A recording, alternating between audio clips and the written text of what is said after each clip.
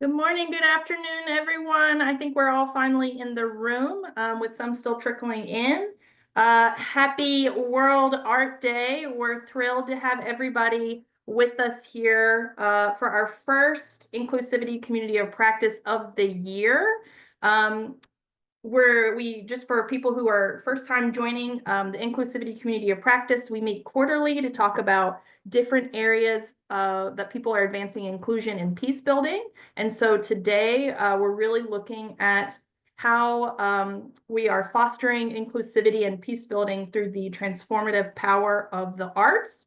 And so really excited because we'll be hearing about different art forms that people are using, whether that be performing arts, visual arts, all types of things. So I am very excited because I want to look at the meeting today not as just official dialogue and conversation, but really celebrating and having a little fun. I don't know about you all, but it's very rainy here in New York and kind of dreary outside, although I see some people have sunshine. But I really want to make this fun and interactive. So really looking forward to all of our artists that will join us today.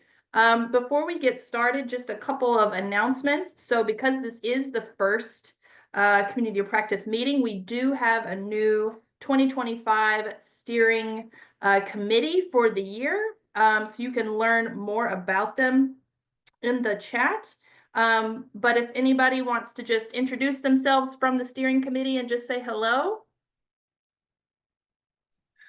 Hi, everyone. I'm Yehuda, and I'm super excited to connect, and I'll be co-moderating the panels that are here today on the arts and peace building. Great to be here.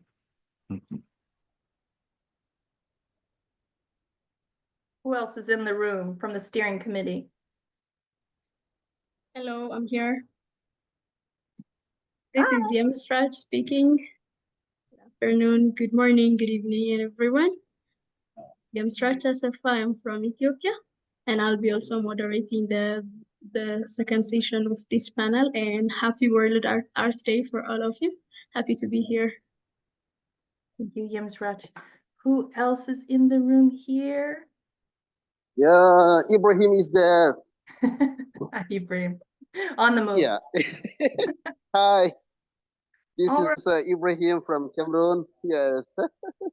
How are you? At least you have sunshine. Hello, can you hear me, please? Yes. Yeah, this is Ibrahim from Cameroon. We are so happy to be here with you. I tell very participate because now I'm in the meeting relating on the reintegration of former member of Boko Haram. With OEM, I think will be very active during the meeting. Thank you so much. Thank you. All right, so we have a lot of artists to get to. So I am going to first, I might be a little biased, but Hawa is one of my favorite poets. I've got to hear her live before, so I'm very lucky. But now we all get to hear her today through her piece. So without further ado, I will turn it to Hawa, who is also the founder of the Hawa Cares Initiative. So over to you, Hawa, to kick us off. Thank you very much, Jessica. Hi, everyone. Hawa, like Jessica has said, the poem that I'm going to recite this afternoon is titled Mirembe. Mirembe, they call it. Mirembe is a Luganda word, so I'm from Uganda, and Mirembe is a Luganda word that means peace. So basically, Mirembe is peace. So I hope you enjoy it. Before I begin, can everyone hear me clearly? Oh, cool. All right. I hope you enjoy it.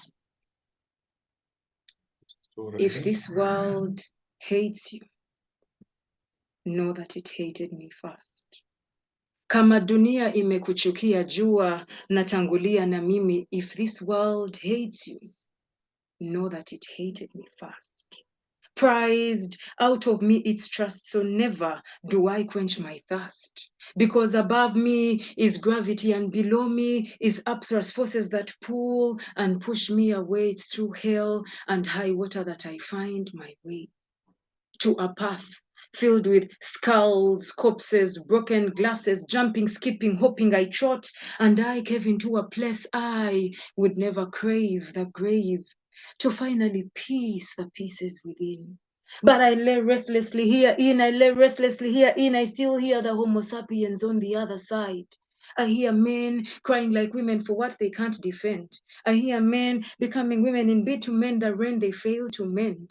I envision them walking with thine eyes covered with nets, pockets full of pistols filled with bullets, hearts out of their thoracic cavities, fingers trembling on their heels, tiptoeing. I envision their souls collapsing in unrelenting agony, trying hard to crawl out of this mess, not to lose face, but it's too late.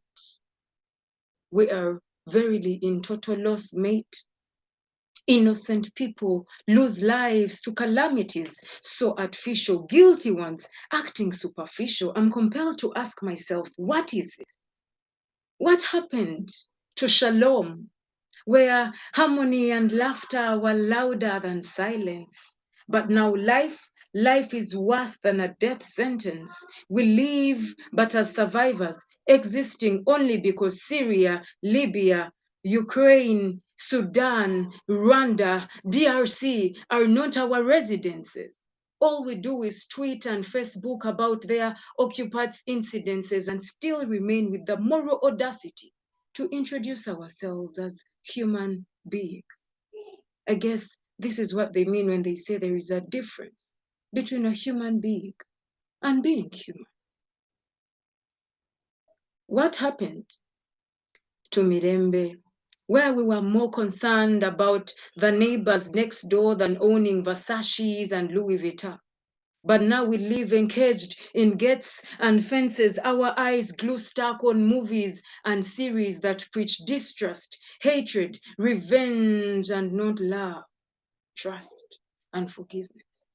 So now our happiness is derived from antidepressant pills because trusting the media has got us thinking that our closest allies may actually be our greatest enemies. Yet we hatefully pick leaves and Amazons from it. Woe unto us, for now our minds browse and process evil, perceiving it as good business. Our actions are a delusion, an illusion of sorts, where we fight for peace and liberty, but we often take paths that leads us to crossroads that get us taking sides. So now Abdurrahim and Ibrahim can hardly talk to Malcolm and Tom, and Flower the miniskati can barely stand Hawa the hijab. What happened to Salam, where unity was a unit of humanity? But now humanity has been narrowed, streamlined to flow along religious, cultural, racial, tribal, technical know-who lines, unaware that all these are acquired impositions we are born into, and before all that, we are all humans. But we proceed by all means to live like a nest of cockroaches, contaminating and predating whatever surrounds them in the absence of light, while camouflaging and hiding in crevices in the absence of darkness. The only difference is cockroaches do not discriminate. So I'm now unlearning to relearn, to give peace, salam, shalom, and mirembe, not as just names, but attributes. I'm seeking to give peace, salam, shalom, and mirembe. Peace, salam, shalom, and mirembe.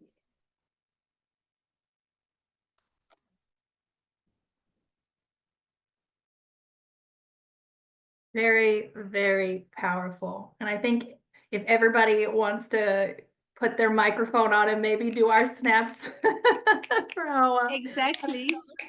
some clapping, some snapping, all the things. Thank you so much. That really centered the conversation and the critical importance of hearing from everyone on how powerful the arts are within peace building work. So Thank you, Hawa. And Hawa's going to join us also for the panel. So without further ado, I'll turn it to our moderator, Yehuda Silverman, who is the Cultural Exchange Assistant and Acquaintance Structure for the Northwestern University Civic Education Project, and also one of our Community of Practice Steering Committee members. So over to you, Yehuda. Thank you so much, Jessica. It's so great to be here with everyone and connecting in a really important element about the arts. We have a variety of different points we will connect on in our session. And this main point that we'll be focusing on quite a bit is engaging in performing arts. And we're really excited to hear from the panelists and sharing their perspectives and experiences surrounding these areas and beyond. And how we'll navigate together, it'll be an open dialogue. Sometimes these questions are really deep, and so maybe take a moment to have your thoughts, just like in art. You might take a moment to think about the art you'd like to create. So we'll begin with the first question to the panel. And the question is, how have you utilized the arts within your peace-building work? And when you think about that question and share your perspectives, also share a little bit about your background as well. And then you'll connect together as a panel and have a wonderful dialogue, and I'll chime in with some of my own elements of art as well. So who's ready to have the courage to begin our journey in art? Who's ready to shine and share from our panel? Yes, and thank you, Hala, for the poem. You're welcome, Yehuda. Oh, yes, please. Diana, please go ahead. Thank you very much. My name is Diana. I'm coming from Bosnia and Herzegovina, representing NGO called Genesis Project. We have this English name, but we are actually Bosnian and Herzegovinian NGO that I started back in 1996 as my way of responding to the horrible war which went through our country between 1992 and 1996. The war in Bosnia and Herzegovina is over more than 30 years ago. We have peace in our country, but we have, I would say, peace in on paper, but not in the real life, because we haven't recovered from all the traumatic experiences we went through 30 years ago. So NGO that I started back then, actually I gave the name Genesis Project after one episode of the Star Trek, in which they found a planet perfect for life, but there was no life on the planet, and they called that project Project Genesis. So for me, it was symbolic in the birth of the new world, a new country after the horrible war. Let's change things for better. So last 30 years, what have been doing in the Bosnia and Herzegovina, we were trying basically to rebuild the trust among the people from three major religions that actually coexist in Bosnia and Herzegovina. That's Islam religion, Catholic religion, and Orthodox religion. Those three religious groups, ethnic groups, were in horrible war during the 4 years in the 90s, and today they live side by side, they live next to each other, but they do not really coexist, they do not really trust each other. Of course, this sounds very generalized, but it is present among many people.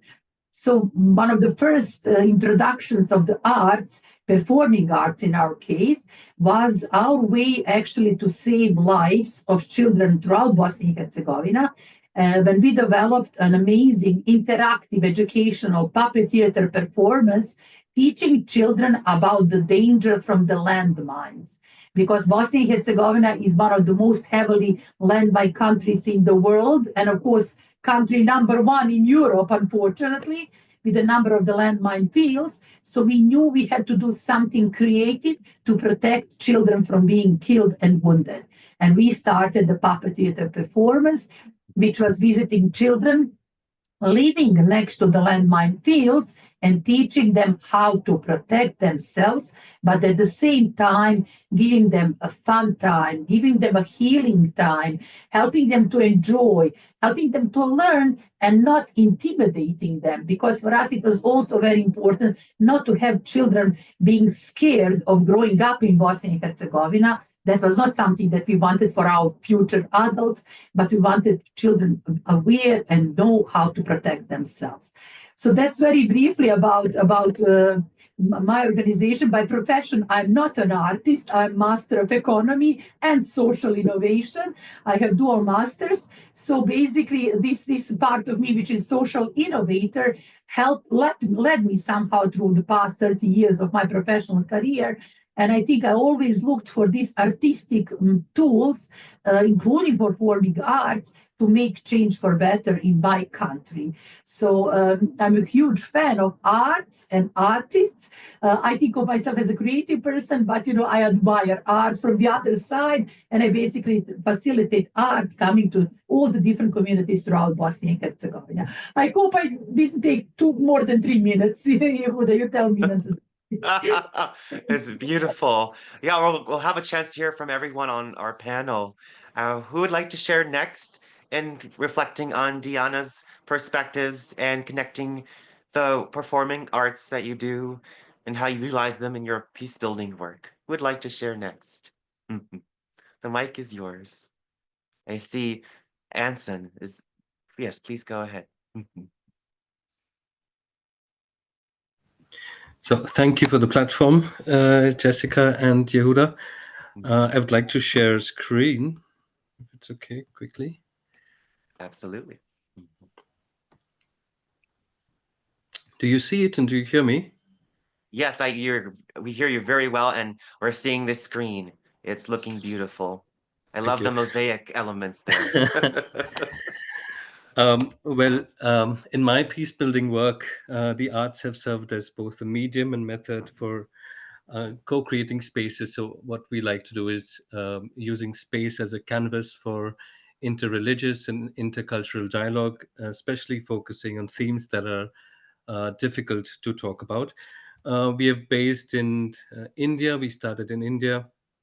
And after moving to Vienna, we also branched out on our work there, using arts as a medium, but in different aspects of it. So it's visual arts, it's performative arts, both. For today, I've just chosen to talk quickly about 3 different artistic projects that allow such spaces for dialogue. One of it is a blind date in the confessional. So in May 2023, we used a confessional, which is a very rigid liturgical symbol, has a lot of trigger as well as healing associated with it, and invited a Muslim street artist, a calligraphy artist, and an agnostic queer person, Isabel, to to have a conversation with each other using this confessional as a canvas. And what we did then is put this out in a public space close to the St. Stephen's Cathedral, which is in the center of Vienna, and invited passers-by to step into the confessional and to talk with each other, to interact with the art, but also to interact with each other. And it was very beautiful to see how the confessional, which otherwise has visitors, was now a guest. It was a guest in a public space while fostering dialogue. The second artistic projects I want to talk about is musical. So using performative arts, we wrote, for example, a musical on the book of Job from the Bible to address themes of death and suffering and hope, and invited people or young people in the age group of 13 to 20 from Palestine, Israel, India, Berlin, and Vienna. And over the years, did different projects on different thematic aspects of this. Workshops around it, and it was very, very fruitful. We had for each camp around 50 people, and the focus was on developing authentic friendships through powerful storytelling. So once again, a space to be vulnerable, in this context. And the last one, which is recent in light of the hate crimes against queer people in Vienna, we got together as a church community, the Catholic and the evangelical community, and designed something called the Queer Way of the Cross, where we used both digital storytelling and stage presence to talk about the struggles of queer persons within the Christian community, but also at large, and used again performative arts and digital storytelling to address the same. It was a very fruitful and beautiful encounter. And with that, I end. Mhm. Thank you, Thank Anson, you. for sharing more of your perspectives and a variety of different ways to engage in the arts. And continuing on, we'll hear from Veronica now, who will share more about her backgrounds in utilizing the arts in peace building work. Yes, hi, good morning or good evening, everyone. My greetings from Spain, Barcelona, more precisely. So before I introduce the projects that I've been working on in the field of peace building using the arts, I want to share some words about my professional experience, because this will explain very much the way I had work and apply the arts during my professional journey. So I have worked as a policy officer within a government, so the European Union more precisely, in the field of peacekeeping, peacemaking, visiting some, I will say, of the most critical theaters and conflict zones. So I would like first to highlight the fact that governments, in this case, it was an international government, I will say the European Union, or be it the UN, do use cultural diplomacy as a door opener sometimes in some of these theaters. For instance, I can give an example whereby we have used in Iraq building and recovering cultural heritage as a very useful way to engage with local government and local populations. As another example, I have to mention that, for instance, in the island of Cyprus, you may be aware that this island is divided now for many decades. And in the same way, the preservation of the common cultural heritage has managed to bring together the two main communities that unfortunately are hugely divided on other issues. So this is one way that I wanted to explain in here, but I have to talk also about my personal journey as a social entrepreneur. So an innovator. So as such, I had observed the limitations of, I will say, government to government diplomacy and the limited engagement sometimes that these had with people to people dialogue. So I decided to create my own organization called United Voices for Peace. We refer to this as a citizens cultural diplomacy initiative, meaning that it aims at triggering and stimulating intercultural dialogue between people of different backgrounds and often from conflicting backgrounds. So in this context, I will highlight a couple of projects using first dance, whereby we worked very closely with Syrian refugees that through dance were spreading their journeys, their challenges within the European Union, challenges to be integrated and not to be perceived, I will say, as a threat to local populations. So our organization organized several performances, be it often we use the connections that we have in the diplomatic world to amplify this message globally. So for instance, this dancer from Syria we work with, Ahmad Jude, we organized a performance in front of the European Parliament, which attracted thousands of people and media.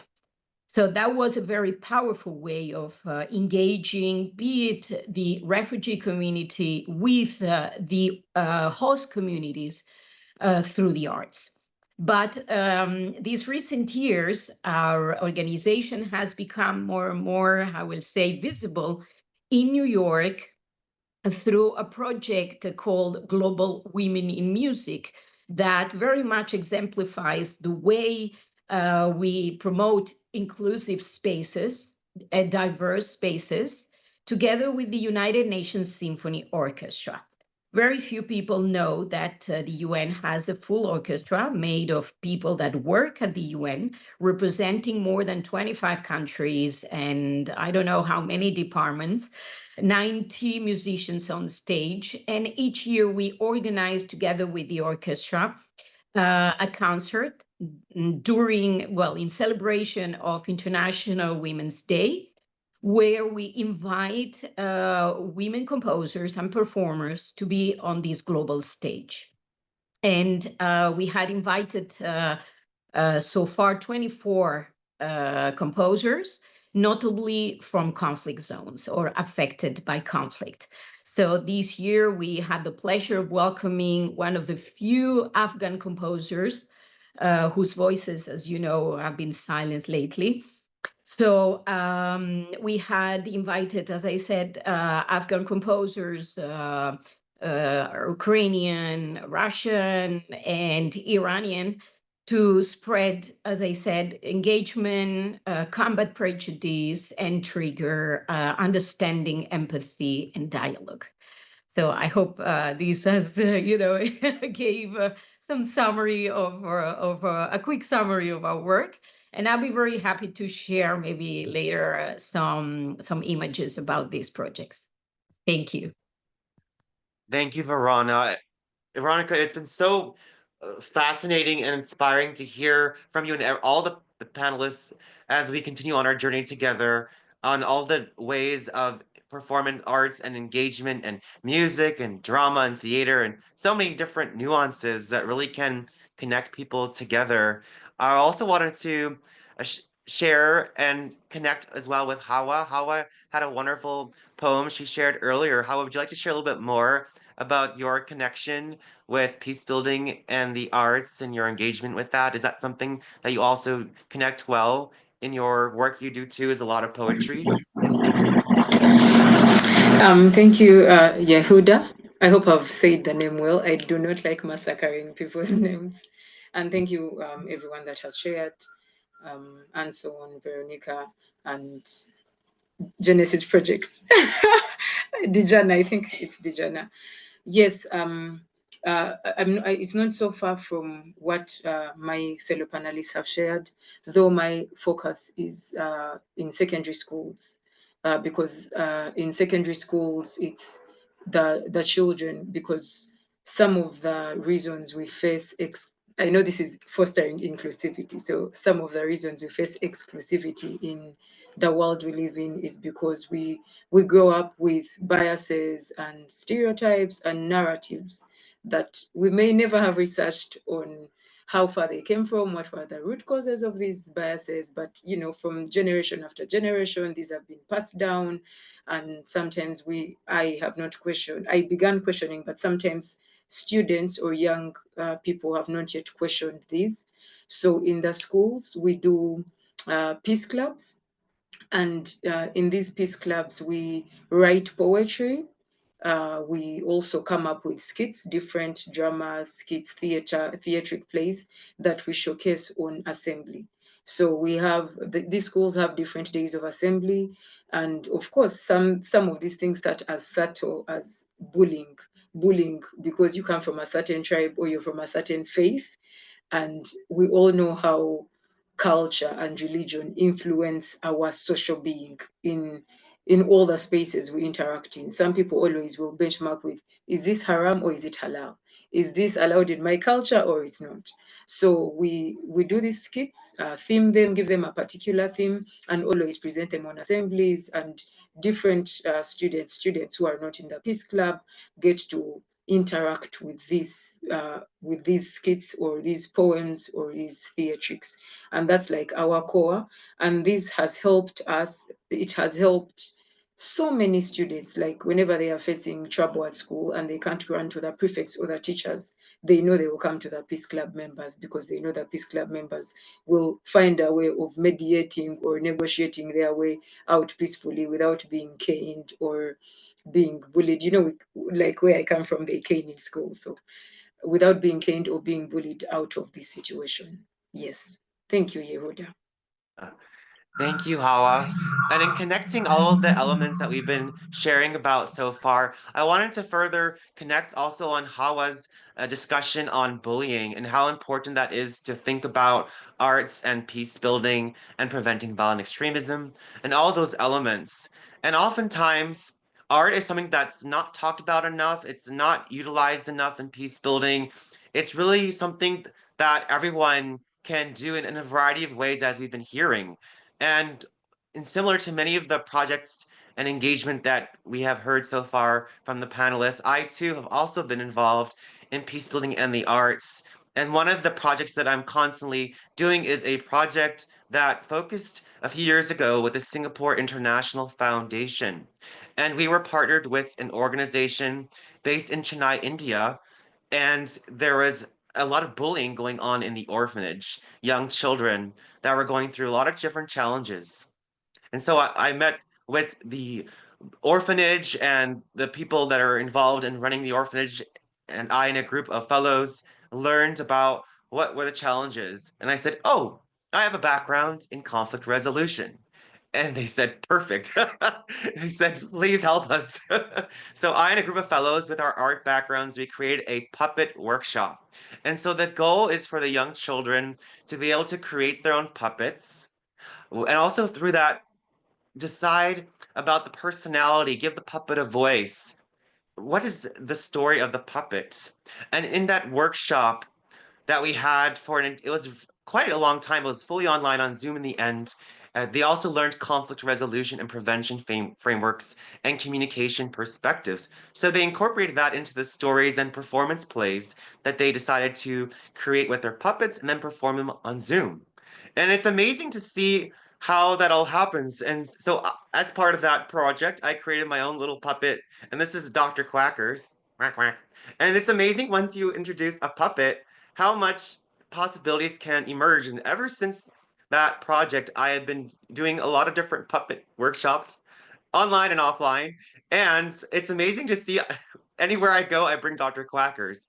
A lot of participants and youth and people from all different backgrounds and ages, they have gone through a significant amount of trauma and different challenges. And all of a sudden you bring Dr. Quackers in, quack, quack, and the whole dynamic changes. All of a sudden people are laughing, they're smiling. Why is Dr. Quackers here? What is going on? You know, it's the unexpected. And that's really what the arts is about. It's the unexpected, reimagining peace, being creative and trying to transform those dynamics. And in connecting more together with all of our panelists and focusing more on those elements of engagement, which is really crucial, because sometimes we may be shy, we not have a voice, we not know, what to say. The puppets and the art can really help us express ourselves in many ways that maybe we didn't know how to in those moments prior.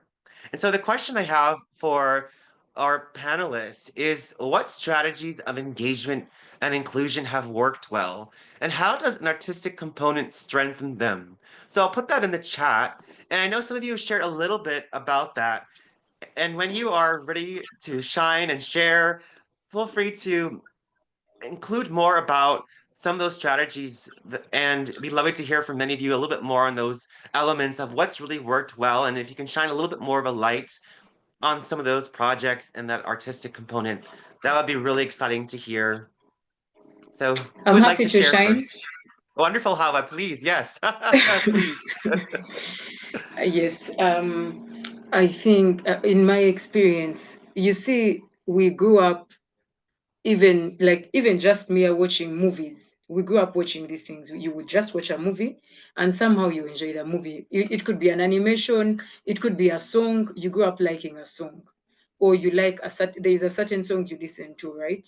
And you just enjoy the music. So there are just three strategies that I'm going to share and that I really work with, and I've seen them create impact. And I know that it is only, okay, we're saying only could be, you know, there's always other factors to be considered, but artistic expression or creative arts has really like helped, like it's been the catalyst for these strategies. The first thing is differences are inevitable. There is always going to be someone taller, someone shorter, someone lighter, someone darker, someone female, someone male, someone in between. Like there is just always going to be differences. We are on Zoom right now. We are not in the same location. We are not coming from the same family background, from the same educational backgrounds, from the same historical background, ancestral background, like name it. But we are somehow socialized to think that because we are different, then there is always going to be conflict. And that's not true. And the thing with art, when you showcase a skit or a drama or theatric play, you create different characters. And all these characters are witnessed contributing to that skit, to that movie.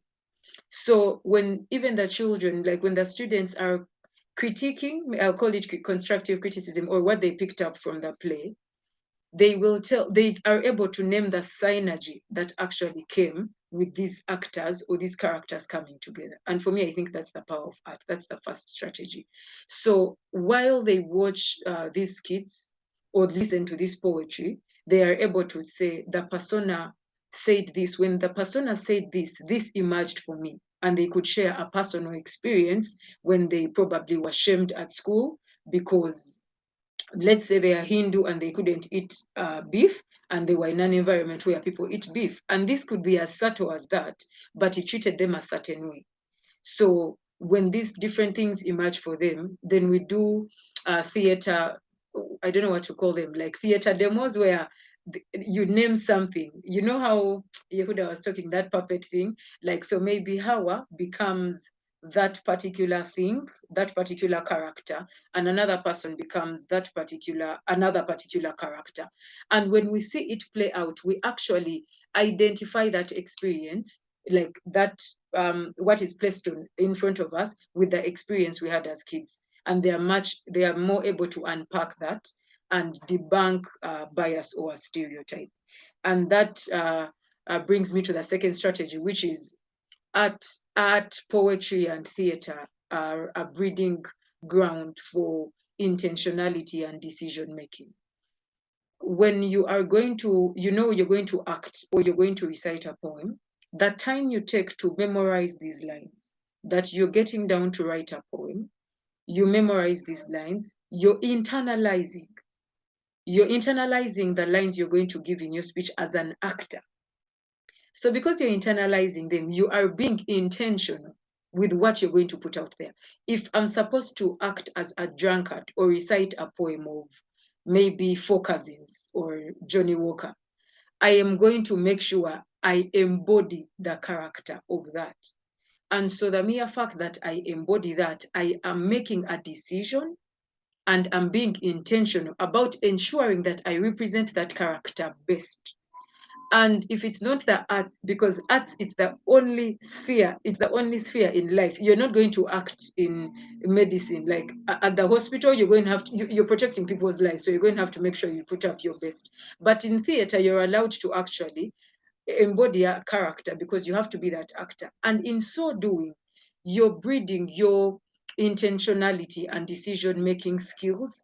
And this would make anyone in life, especially young people, to be intentional about debunking their stereotypes and their biases and prejudices, and become intentional about treating people better, treating people with respect, with dignity, with inclusivity, or at least be conscious of these things. Because if I had to prepare for a play for 8 months, that means in the 10th month, I'm no longer Hawa.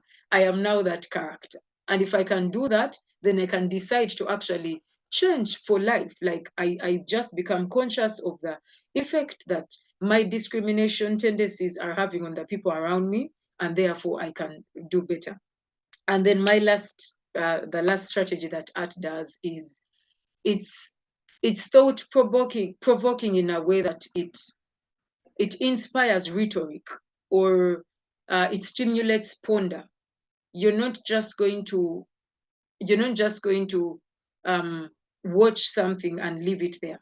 When you see something or interact with something, it's actually going to get you pondering about what exactly was this poem saying? What was the persona saying? Can I relate that with anything that happens close to me? If it's a theatric play, you're going to ask yourself, oh my God, this character actually represented my grandfather. I didn't live that experience, but I know that I've just always thought that, like now, for example, in Uganda, there are tribes that we have been told they are just stupid. We've never questioned, you're just told. So you get to think that, wait, I've never gone through this. Why do I believe in it? And for the first time, you get to ponder about how you just blindly followed without actually tackling or unpacking what you have been told. So I think art has the power for each character to represent something, but to also get you thinking and rethinking the belief systems that you have grown up with or you have been raised in, and how you can actually dissect those and see whether they are serving humanity or they are not. And I like when young people come up. I'm just going to give a testimony. One of the students we had in a peace club had been expelled from school to school to school. And in the other schools, they didn't have peace clubs. So when he joined the peace club, he said that they grew up in the ghetto. And when they grew up in the ghetto, because they had to survive, like it was on survival, they used to steal. And so he belonged to a gang that used to just rob people. And because you had to rob, you had to kill people. If you didn't kill them, you had to stone them or like harm them. And after hitting them and stealing whatever you needed, you just move. And he didn't, until he joined the peace club, he knew we were doing this for survival. He didn't know the impact it would have on the people that are robbed. So theater and poetry gave him the power to actually see what robbing does to the people. And so because he now saw the impact, he became intentional about changing his choices. So he actually became a peace ambassador to his people back home and said, guys, what we are doing actually damages people this way or treats people this way. So we need to stop and maybe find other ways of how we can fight poverty. And I think that's the power of art. Yehuda, thank you so much. I hope those were just 3 minutes. I'm done.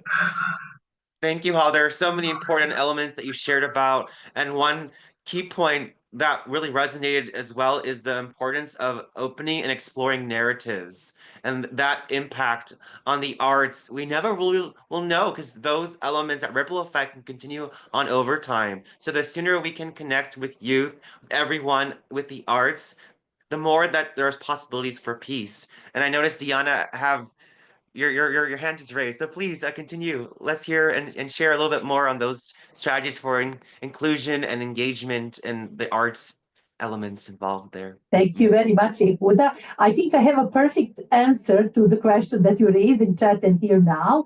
And if you would allow me that I share one short video, it's just a little bit 2 minutes or over than 2 minutes, that I think will answer you which strategies of engagement we are using in Bosnia and Herzegovina. So if it's fine with you, I will share my screen now. Just give me 1 second.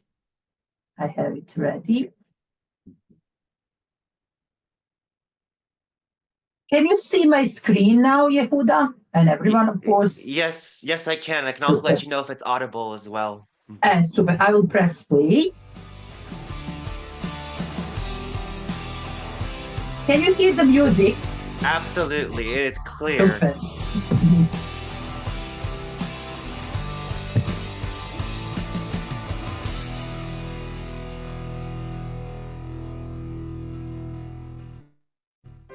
The basic objective of the NGO Genesis project is to transform the experiences of children and young people that have been accumulated in the post-war period into a creative force.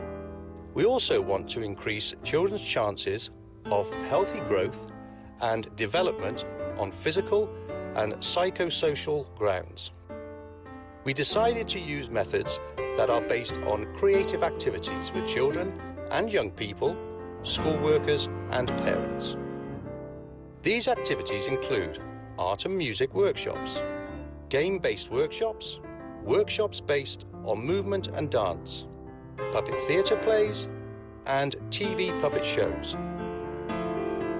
All of these activities have the purpose to strengthen the sense of security of the children, our beneficiaries, and to build awareness that hate and malice are destructive emotions. We want to strengthen the sense of mutual trust and support, to develop and to build critical and responsible behaviour towards themselves as well as others. We are strengthening the children's moral conscience and teaching them to forgive. Children are taught that losses are a normal part of the cycle of life and should be constructively accepted. We want to improve the reasoning of the children regarding non-violent conflict resolution and to awaken optimism and hope for the future. We promote mind risk awareness and acknowledging others as well as those from different origins. Children are taught to deal with negative stereotypes, prejudices, and generalizations that reduce their hope and their ability of critical thinking. Together with our beneficiaries, we have turned to the future and have focused on love, justice, life, safety, confidence, and joy. Yeah, I think this perfectly relies on what Hava was saying. I think there are so many things in common about strategies of engagement that Hava is using and what we are using in Bosnia and Herzegovina. So I hope you found this video interesting. And of course, I will here for all the questions that you have. Thank you. Thank you, Diana. Yeah, we'll continue exploring those elements, and thank you so much for sharing the video. We'll turn next to Anson to share also some more thoughts on strategies for engagement and inclusion and what's worked well in the artistic elements to strengthen them. Thank you, Yehuda. We do not have localized projects like Hava and Diana. What we do is a 1-week impact camp where people from different countries and backgrounds come. And that is sometimes a challenge because how do you address really difficult themes when you have a child from Palestine and Israel at the same time? And what has helped us is to create safe spaces. So to establish very clearly what this space is, how are we co-creating it, what are the parameters that define this space, and when things come up, how do we assist each other? And it's very interesting to see at the end of a week how when a Jewish colleague and a Muslim colleague want to use the lift, and when it's on the Shabbat, that the Muslim teenager will automatically press the lift for, the button for him. And it's in these subtle things that they learn about each other's cultures and begin to appreciate that. And we don't shy away. We focus a lot in these camps. We don't shy away from creating spiritual spaces. So very intentionally, we create these prayer spaces and prayer experiences where we can be a part of it and use that for dialogue.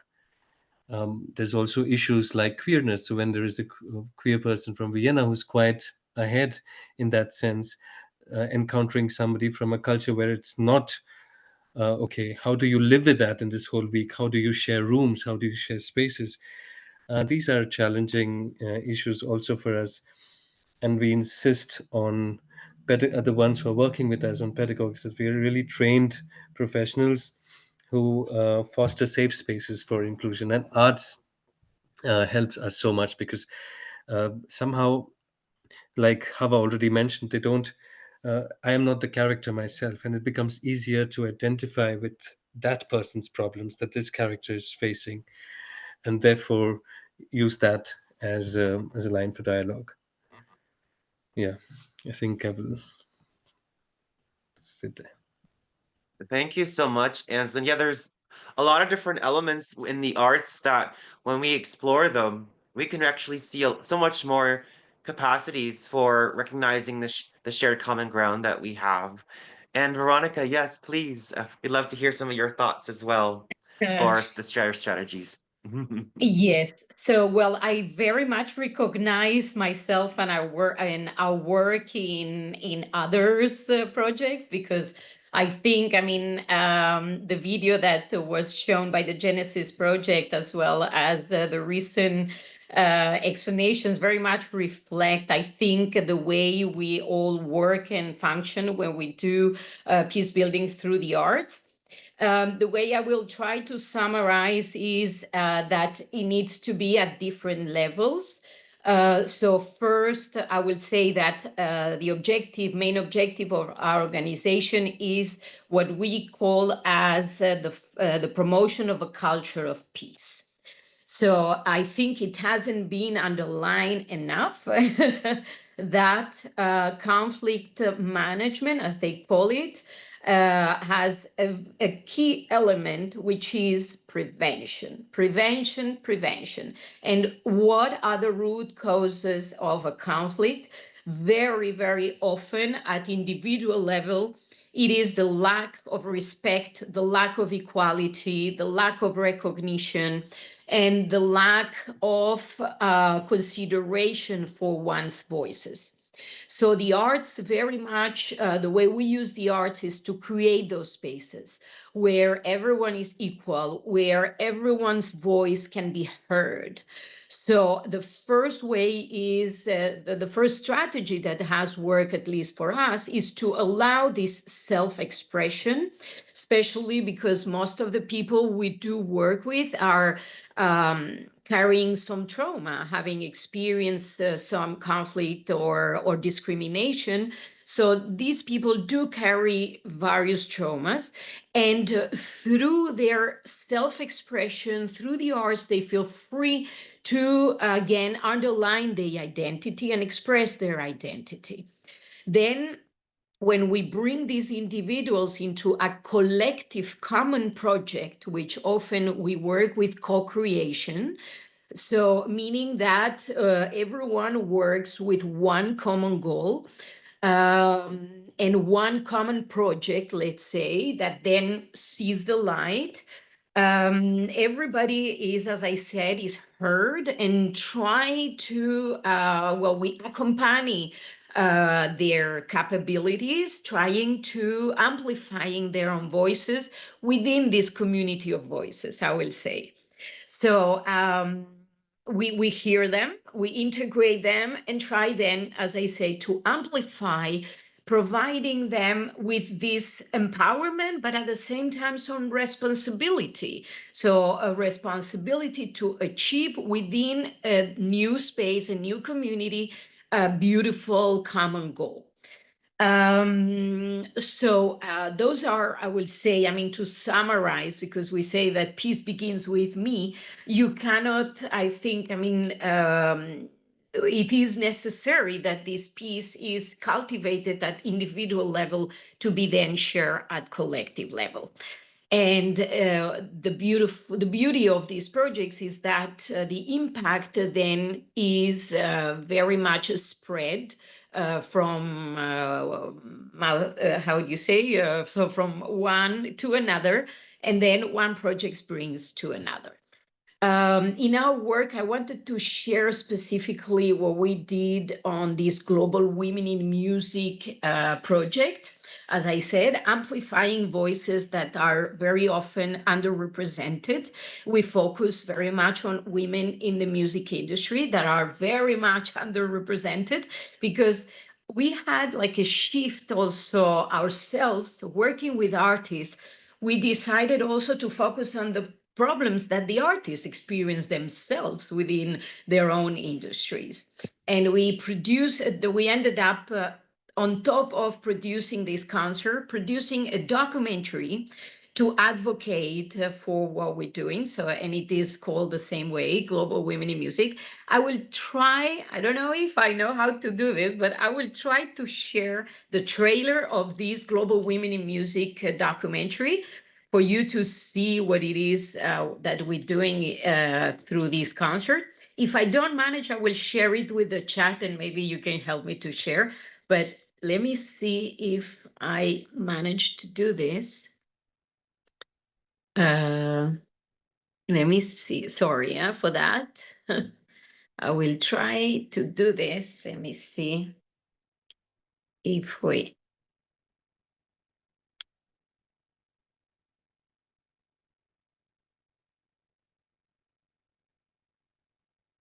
Okay.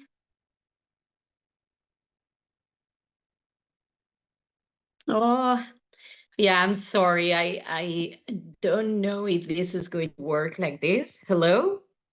Oh, did I lost you?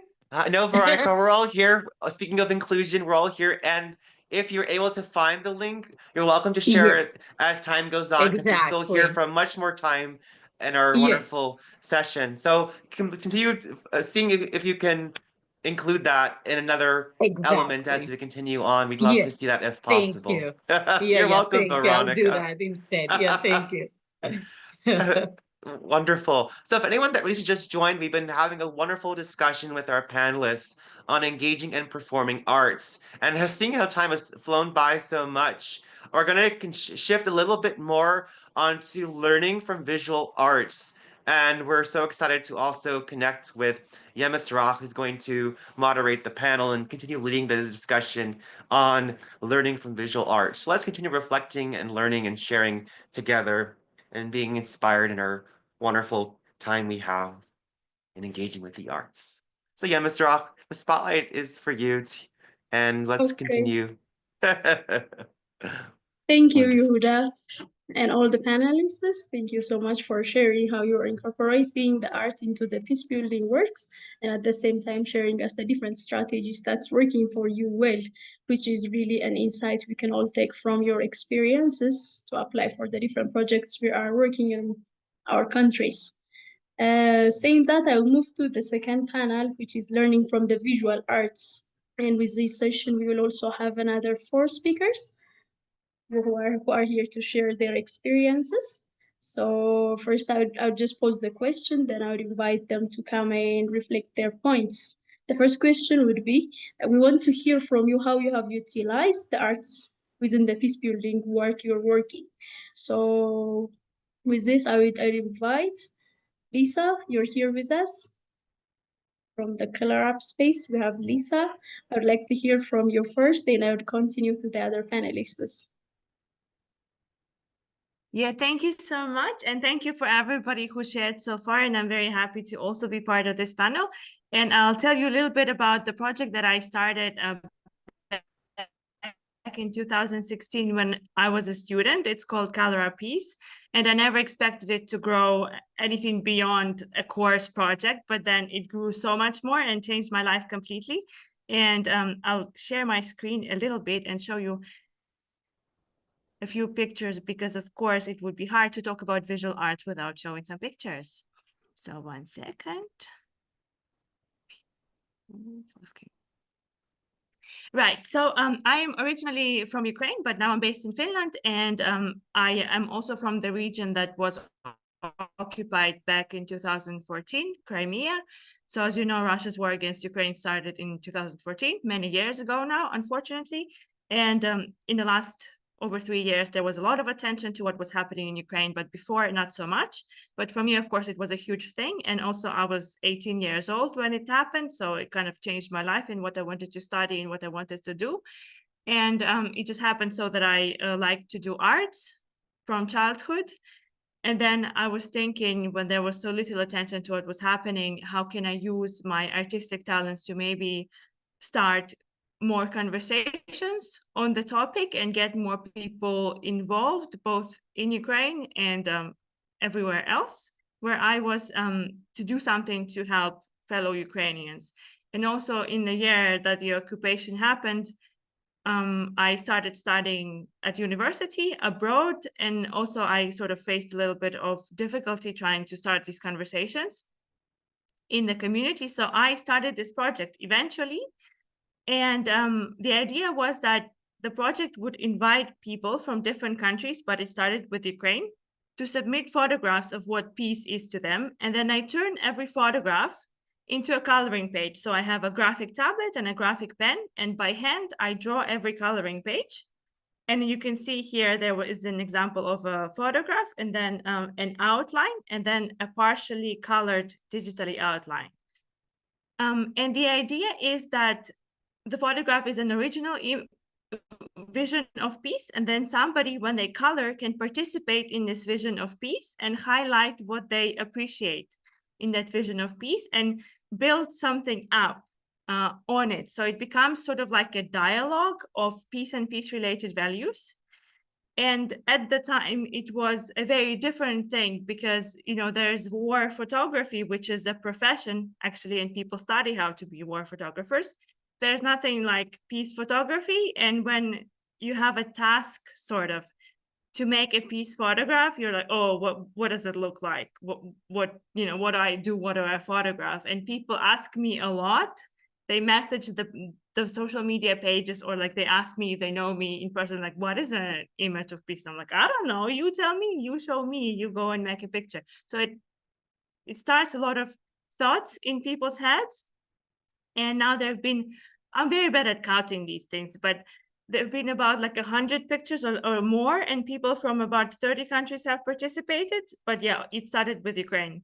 And then these are some examples of the photographs that were submitted. The first one is from Oslo. It's from inside the Oslo Opera House, and the people are walking on the roof, and you can sort of photograph from that. Then the Forgive one is from Helsinki in Finland. And this one you saw before, it's from Copenhagen in Denmark. And these are Nordic because a lot of stuff has also happened in the Nordic region, because I've been living here for quite some time, and the project basically happens wherever I am in a way. And these are examples of the coloring pages that I do. So no coloring page is identical to the photograph, because as an artist, I have to think about what would be interesting for the coloring artist to do, because, you know, some people like very detailed things, kind of like a mindfulness, relaxation, coloring, and some people like bigger details and more own space to create something. And since the point is that somebody would be able to highlight peace values, then I have to purposefully think about creating those spaces for people to make that change that they want to do and build something of their own into this art piece. So kind of like every art piece, every stage, like a photograph, an outline, and the next thing is an artwork of its own, but it's also a process that's very interesting to see. And of course, I have seen a lot of development from, you know, from one photograph to one outline, but then many, many ways you can color it and many things you can highlight, and it's often surprising. But yeah, sometimes I also invent details to make it more interesting and more engaging. And sometimes I leave out details that were in the photograph. And this project also attracted people from different ages, from like 3 years old to like over 60. So also just thinking about these kinds of differences, and maybe also some gender things that I've noticed throughout the years, because it's been many years already too. And then this is an example of somebody coloring one of the previous ones. This is an example of a photo that was submitted from Yemen, actually, for a research sub-project of Color a Piece, and then I turned it into a coloring page. And, you know, if I didn't tell you it was from Yemen, it could have been from anybody's table right now, or, you know, we have a lot of glasses like this in Ukraine, for example. It could be a Ukrainian one. So that's why I colored, just for an example, I colored this one in the Ukrainian colors, sort of. Yeah, and this is an example, another example of a photo turned into a coloring page. This one is from Ukraine, from the region of Vinnytsia. And I ran a support program for displaced Ukrainians in Finland back in 2022-23. So it was for 13 months. It was only supposed to last for 6, but then people liked it so much that I continued more and more and more.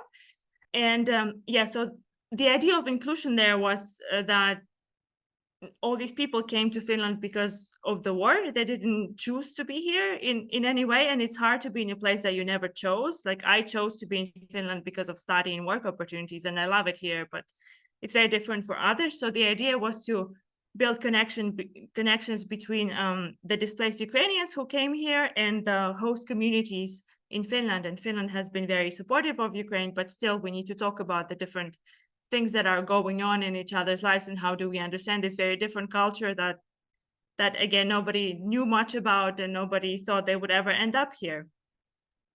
And this is an example of that program going on. It was based in Tampere, but then it scaled to different cities in Finland. This one is in Vaasa, and then also it scaled to other Nordic countries like Iceland and the Faroe Islands. And there was an exhibition last year in Kyiv in Ukraine.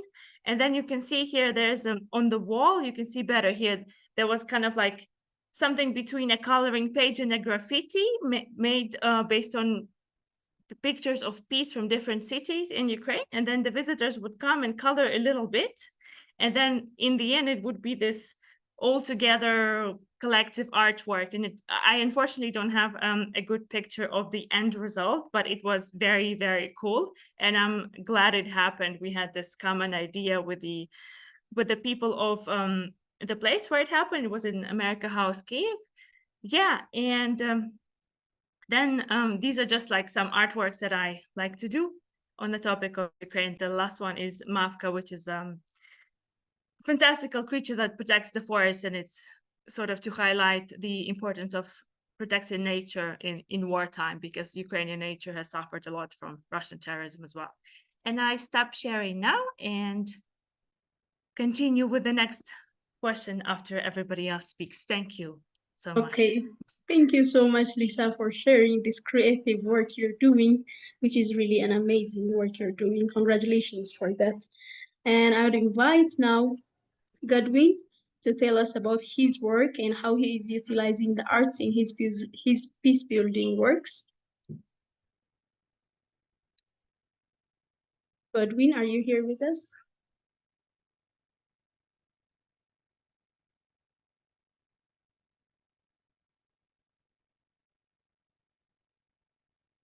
Okay, maybe let's move to another speaker, then we can get back to him. Teresa, do we have you here? Yes. Okay, thank you. Please proceed. Great. Hi, everyone. I would like to share a presentation. Hold on just a second here. Hi, everyone. I'm Teresa Wallace.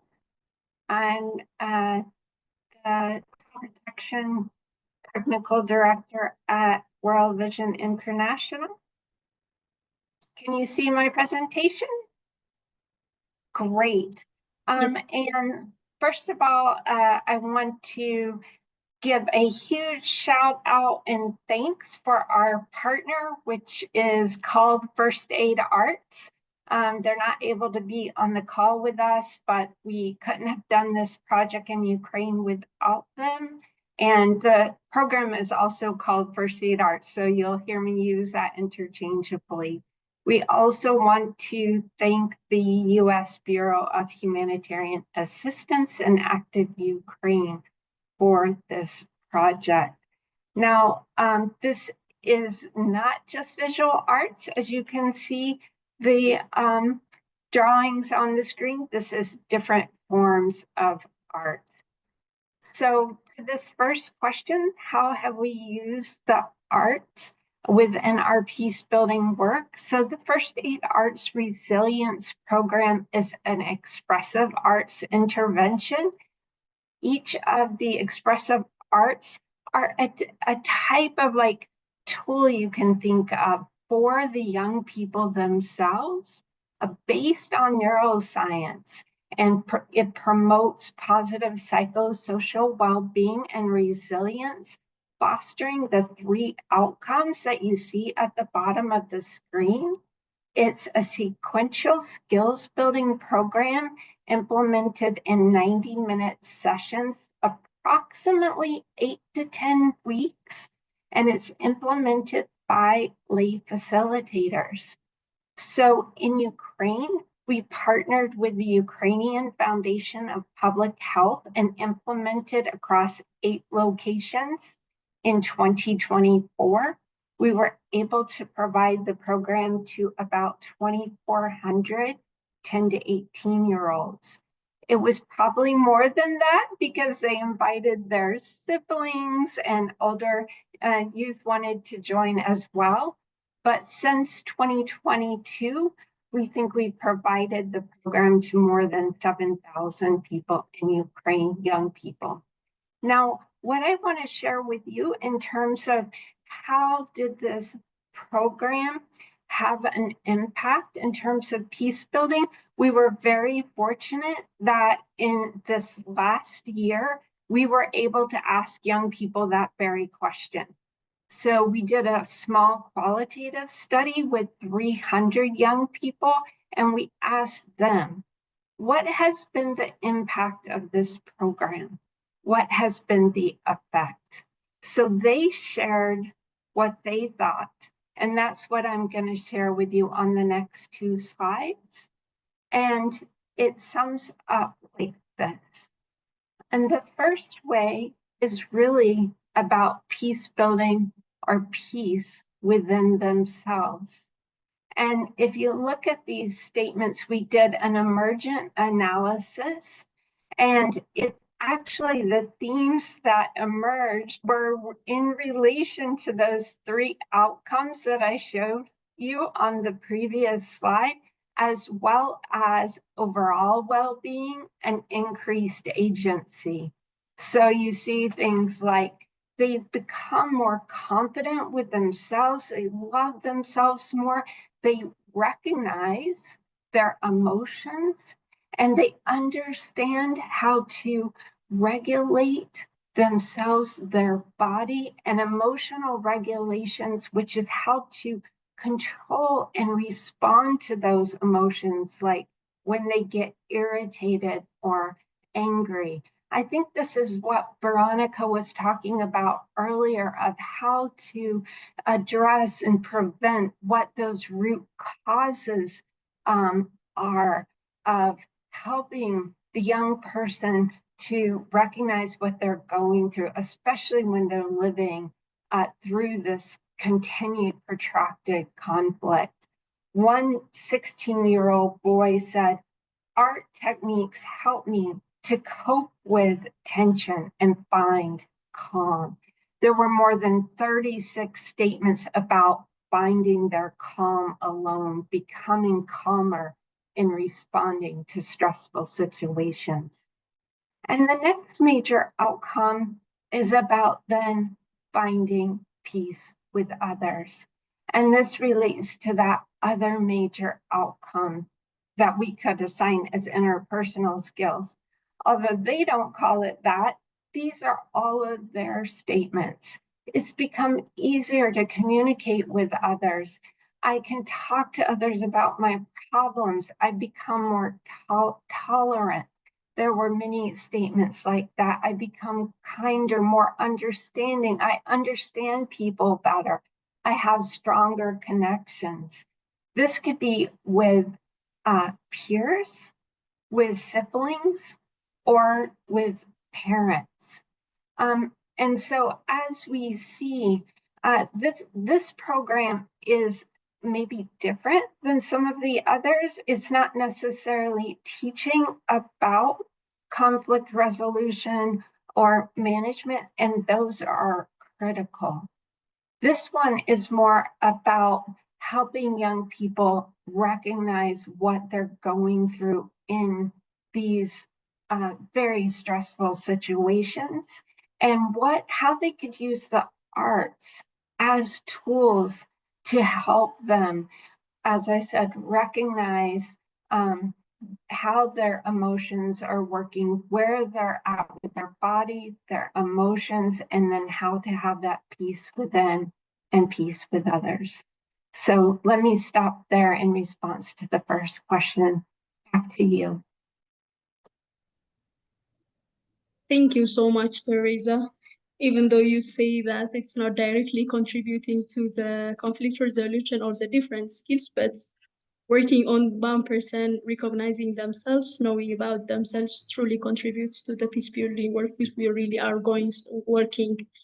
It's like the way you're delivering it might be different, but still we do believe that such things do contribute to the peace within themselves, and at the same time, the peace within the community they live with. Thank you so much for the wonderful job you're doing. And I see that Godwin is back though, so I would invite Godwin to share with us his works.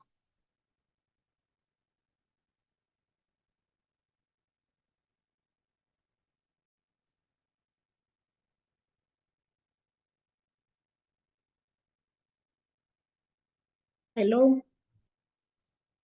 You're here, Godwin?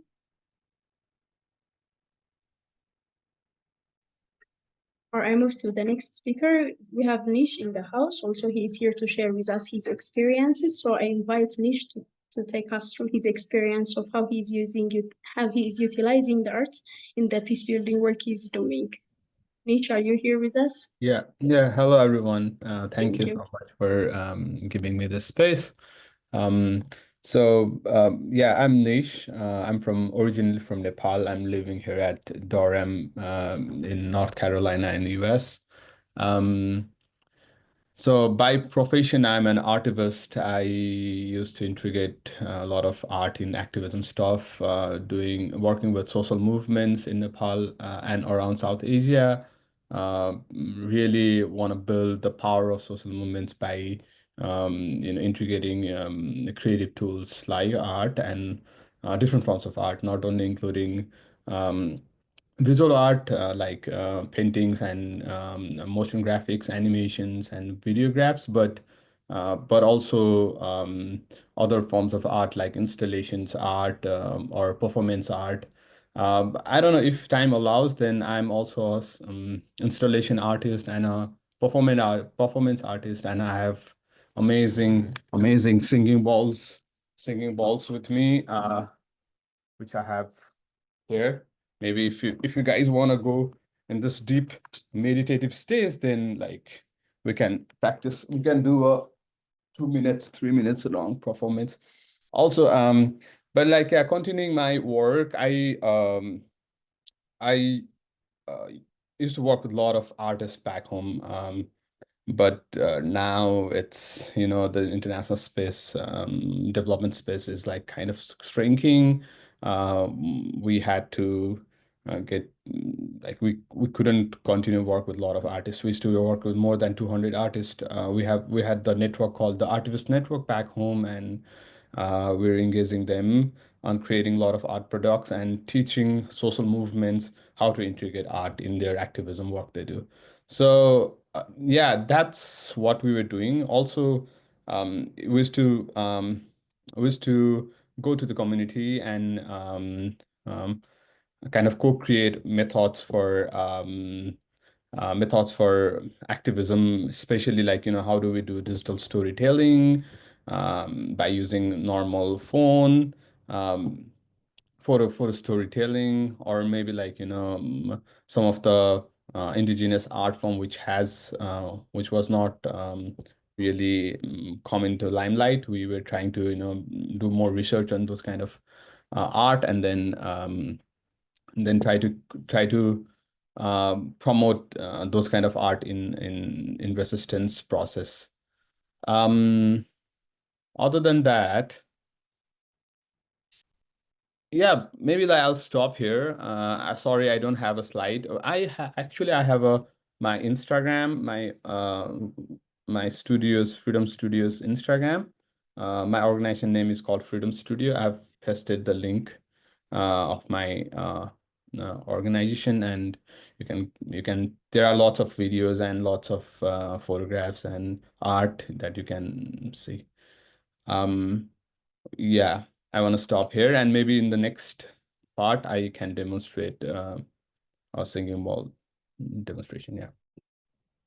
Which really would be great, Nish. Thank you so much. Thank you for the work you're doing. Movie, I think Godwin is having an internet problem, so in the meantime, if he joins us, he will share his experiences for us. But for you, the first panelists, I'll pose the second questions that I have for you. It's about we've seen in the first panel, we've seen that the different strategies that we can corroborate. Hello, Godwin. Are you back with us? Hello. Yes, yes, I can hear you. You hear me? Hello.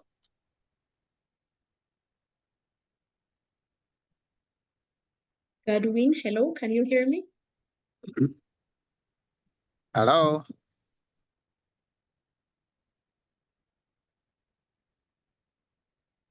Hello.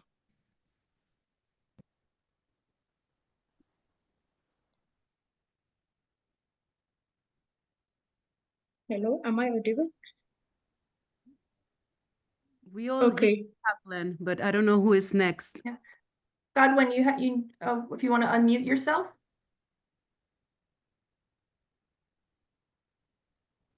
Hello. I think it's a different person talking. I think Godwin's still having internet issues. So go ahead and go to the next. Okay, okay. So Moving to I the can hear second you question. clearly. I don't know if you can hear me.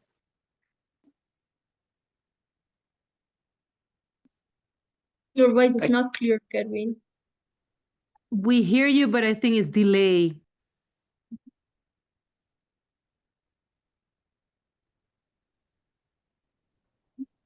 Maybe you can try to work on the internet so that we can move to the second question. And if it works really well with you, we can come back to you, Godwin. Yeah, okay. On the first panel, we've seen that the different strategies, different groups or different NGOs and different projects are using as a strategy to include the art in the peace building works. And now we're moving to the different challenge we're facing while we're incorporating these artworks into the peace building and inclusivity works we're doing. Of course, we expect so many obstacles or challenges while working on these successful projects which you have passed through. So we just want to hear from you, our panelists. What are the primary obstacles you are facing while you're trying to incorporate these arts, especially these visual arts or the different forms of art you're working on? What are the challenges or obstacles that you faced and you think it's important to share to the panel? And we would learn from it so that we can really take a lesson out of this conversation. So anyone who's ready can go share what you've saying. Yeah, maybe I can start in Thank you, in the Lisa. order of presentations. I think for me, to start the project, the main challenge was, I guess, just the general lack of arts education, like people maybe not understanding how to engage with this deeply, especially in the format that I'm working, because it's a little bit like childish to have coloring books, and in a way I chose that for a reason, because it's a format that's familiar to people, but now we just put a much deeper meaning to it. But then a lot of people would just still do it for fun, which is, you know, fine for me in a way. I hope that one day there's more and more meaning to the activity for them specifically. So I think that's the main challenge. And for me, because I've been doing so many workshops in different places, sometimes it was with the same group of people over a long period of time, like that program for Ukrainians in Finland, or sometimes it would be like one-off events. And it's always like giving to people, but nobody kind of like stays with you long enough so that you would develop ideas together. So that's a little bit difficult. And sometimes it's a little bit difficult for me to also see the results of like the full transformation. Sometimes people would write back to me after some time and be like, oh, your workshop helped me choose what I studied at university, and now I study international relations, and I'm so excited to do this and this and this. And I'm like, wow, you know, I didn't know that I could have this kind of impact. Yeah, and this experience of mine that nobody sort of stays with you for long enough inspired me to apply to do a PhD program. I learned a lot from Color Peace, and I thought, how do I put it better in practice, but also in science? And now I've done it, and I will be defending in a few weeks in May. I was doing it for 4 years. So yeah, I'm very happy about how this project changed my life in the end.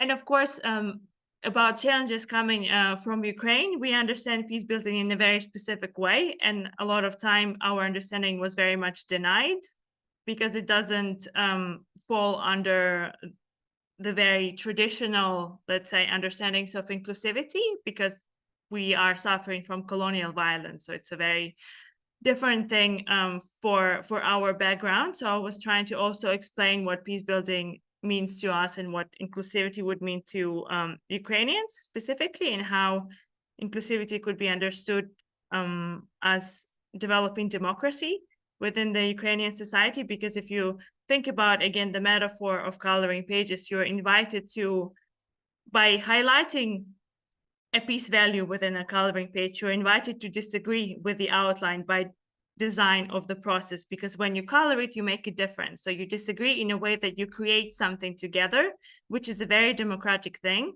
And Ukraine is a very robust democracy and is now defending its robust democracy. So I think arts are good in that way, and they challenge also the way we fight with each other, with the way we disagree with each other, because the process of making a difference to a coloring page is constructive disagreement, and it's good if more people can understand that. Yeah, and that's it from me. Thank you. Thank you so much, Lisa. You've said so many important points, especially the continuity of people's with you, those who have engaged with you within the projects. And I can see different frustrations come with it, because so many people might be attending the programs and living to live their lives, and you remaining there alone could really be stressful even to continue working on it. But I appreciate the fact that you've learned a lot of lessons from this and you've continued your education again to work on it. And I wish you a successful defense for your project as well. So next, I would invite Teresa to reflect on some of the challenges she's having or the obstacles she's facing in the implementation or in the incorporation of art in the peace building work she's working. Yes, thank you very much. I would highlight 3 main challenges that the project has faced since 2022. The first challenge, and this is particularly considering this as an active conflict, the first is the transient nature of much of the population. And due to that, the population was not able to go through the full program.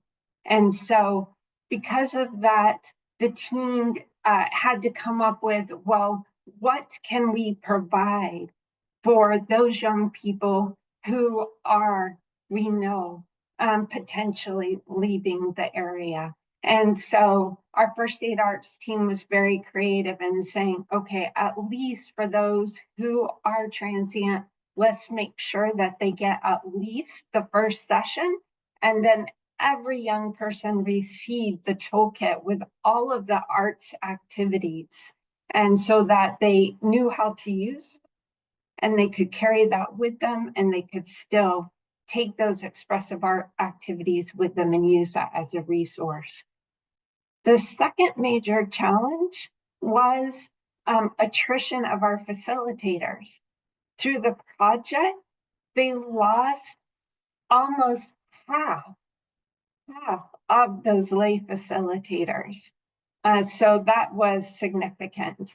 And so the recommendation here is to really plan for that at the beginning of your project and think about how can we train, 10, 20% more than we, need, so we can be thinking about and expect for this to happen, depending on your project's goals. And the final challenge that we'll mention is how to have the quality that you need for implementation. Now, this project does use lay facilitators, which I think is one of the beauties of it, but also there is a pedagogy, and there is, a need for quality in terms of what you're trying to do. And also, you're working with young people. And as Lisa said, you know, it's not always easy engaging teenagers in the arts. We all know that can take some skill, right? to get them motivated at first. And so what we found has been really effective is to bring on board a local trainer, a partner trainer who does monitoring, supervision, and coaching of those lay facilitators. And she's been amazing. She speaks multiple languages, and she's just been supportive and does that quality assurance as well. So those are the challenges we would suggest. Thank you. Thank you so much, Teresa. We can see how hard it was for you dealing with the teenagers in the youth. Yeah, but thank you for the wonderful job you're doing. Again, your contribution about training the local facilitators and wherever we're implementing the programs, which is really a lesson which we can take. As you move from the different places you're implementing your works, it's always good to have the locals on the projects. That way it can sustain, and you can see the impact within the community that you're implementing your work. So thank you so much for sharing your challenge as well. I'll invite Nish to come forward and share some of your challenges and continue your performance again. Okay. Thank you. So yeah, talking about challenges, so one of the most common challenges among peace builders and among marginalized communities that I work with and also with activists is burnout and chronic stress and those kind of things. So that's why also I along with other forms of art, I started using music to heal people, and that's how I started learning about singing bowl and the power of music and sound and vibrations to heal people. And it really have a deep impact on people. So especially like, kind of creating this emotional blockages, release of this emotion and pain and those kind of things. So yeah, that's what I was doing back home, and I've been continuing to share my experience here in the US also. So yeah, I would like to invite you everyone to please bear with me for 5 minutes, and let's walk in this journey of sound and understanding sound, and kind of go in the deep meditative state. So this is the sound therapy. So everybody, please, if you can, you can close your eyes. Take a long deep breath. Take all positive energies that is within you and in your surrounding, and let go the energy that you have taken.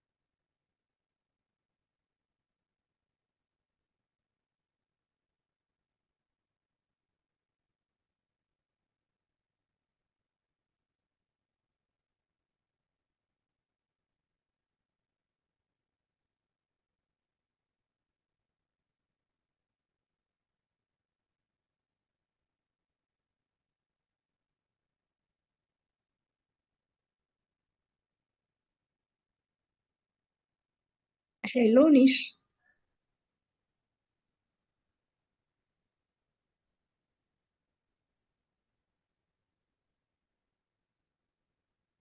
Hello, Nish. Can you hear me?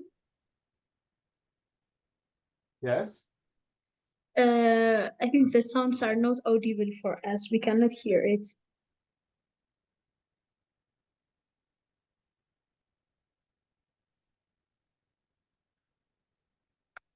But we do saw the vibration. Yeah. So yeah, that was like kind of a demonstration. I'm so sorry. You know, doing this online is kind of challenging. Yes. But anyway, I just wanted to share this with you. The practice that I do to take activists and peace builders out of all this trauma and anxiety and sufferings. Yeah, that's it from my side. And if you have any question, then please let me know, and I can be reachable through my email, which maybe you'll be getting from Jessica.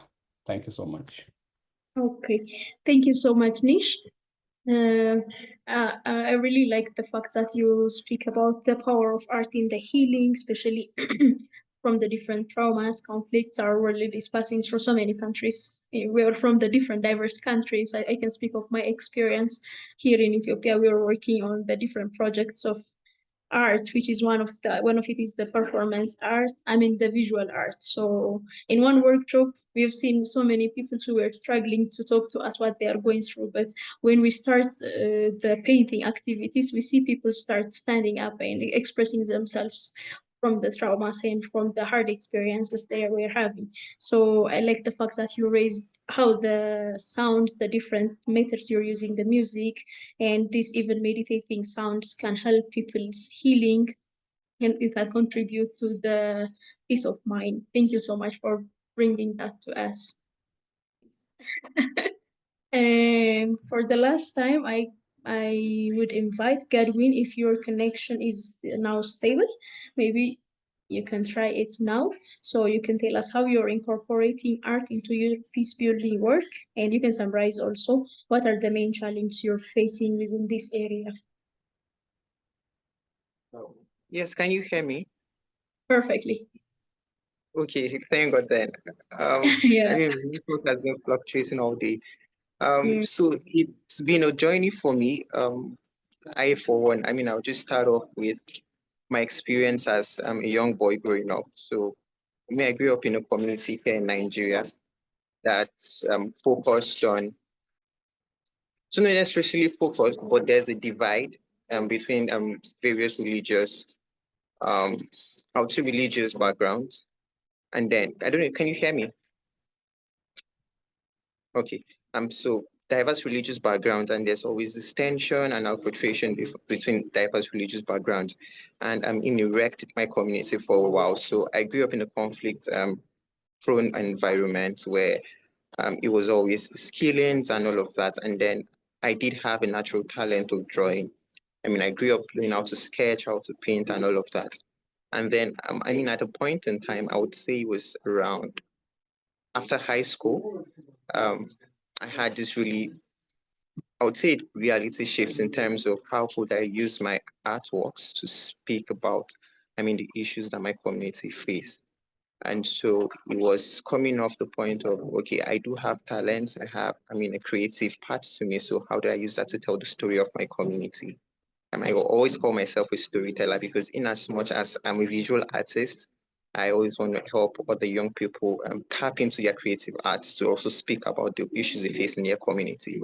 And so for me, that was just it. It was just, how can I use my visual arts and talents to tell my story in my community?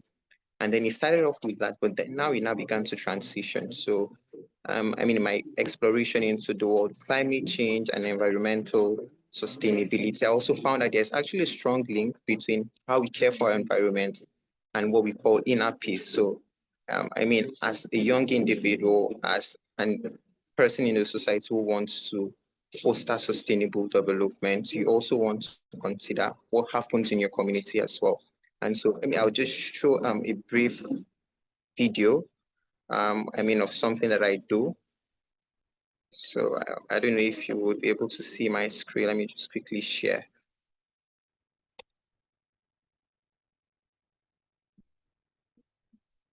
I just want to share my screen.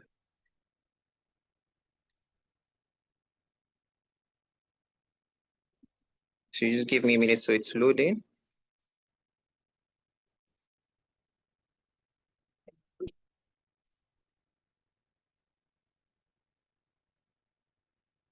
So can you see my screen now?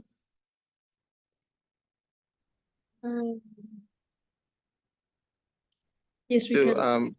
okay, all right then. So this is something I started off in my community. So what I did was I helped young people, children especially, who are out of school, who are in school environments and not so safe, but then looking at how they can tap into their creative arts. So what I did specifically was I had young persons in the community who were facing issues with environmental sustainability, and then also preventing them from looking inwards to foster peace. So what we did was we gathered plastic bottles, plastic covers, and then use that to recreate artworks that spoke to extinct wildlife. So we're promoting wildlife, we're promoting sustainability, but we're also coming together in terms of social cohesion. So it was not just about, the artwork in itself, but also seeing how we can tap into various areas of social cohesion. So that was it for me. There was actually a number that we did. So this is just like a 2-minute video. I don't know if you'd be able to hear the sound. But this was just basically speaking to, my journey towards sustainability and how I used artwork to promote social cohesion. So it was basically just stemmed from that. So how can I help young people promote sustainability through their various talents? It could be poetry, it could be visual arts, it could be graphic design. So that was just it for me. So how I merged sustainability into peace building. Now, another thing I also worked to do was also to engage stakeholders whose works would probably involve at a more political level now. So in as much as I carry out these projects in communities, I also want to reach out to the government stakeholders who have the power to implement policies and just to determine the course of how we make decisions. So that was it for me. So basically my journey through arts and peace building just stemmed off storytelling. I always say I'm a strong proponent of storytelling. So just using storytelling to tell about the issues that we face in our community and then using that to promote cohesion. So regardless of when saying out loud and promoting peace and bringing young people together to work on artworks to promote sustainability. So that in itself just speaks to social cohesion, speaks to peace, speaks to inclusivity, because it was regardless of their gender, regardless of their socioeconomic background, it was regardless of, whatever it is that backgrounds I would say formed the basis of their well-being. So that was it for me. The video is almost out. So yes, the video is not so loud, but definitely I would post it. I would want to share my social media handles and then you can just see bits of it.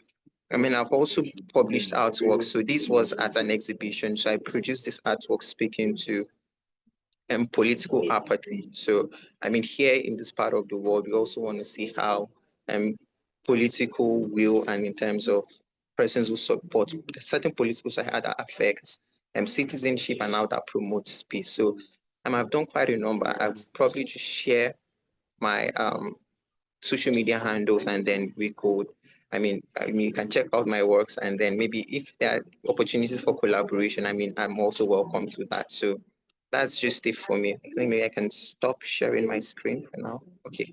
Yeah. So I would say that's my journey. It's just storytelling and then using my arts to promote peace and sustainability through a One Health approach. That's it for me. Thank you so much, Gadwin. We can learn from your background that you're using your talent and the way you're brought up into the artwork and storytelling, which is really contributing to the peace building work you're working, and even you're contributing the climate, the sustainability agendas to your work, which is really insightful for us. We're happy that you did not fail to share this experience for us with all the constraints you were having. Thank you so much, all my panelists. I hope all the participants have gained important insights from your sharings.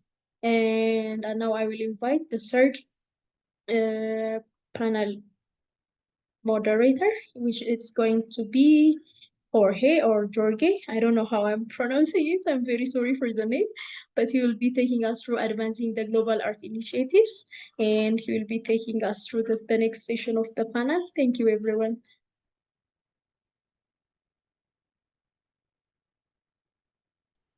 Hi, everyone. Hope you can hear me. This is Jorge. I work as the advocacy officer in Agora. We are an NGO promoting public policies centered on peace building, social justice, and the sustainable development goals. I'll be the moderator for this last segment. Let me hand my notes. Okay. So we'll listen from our distinguished panelists, and we prepared a few questions. So let me introduce first Keith Nicholson. He's the project manager at Impact. And we have a question for you. How have you utilized the arts within your peace building work? Let's remember that this panel is going to focus on the strategies to advance global art initiatives.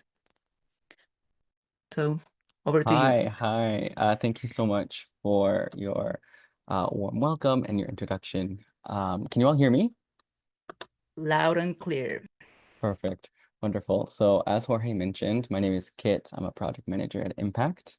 I got my start in curation and as a classical musician, but I'm currently working on mostly capacity building here at Impact.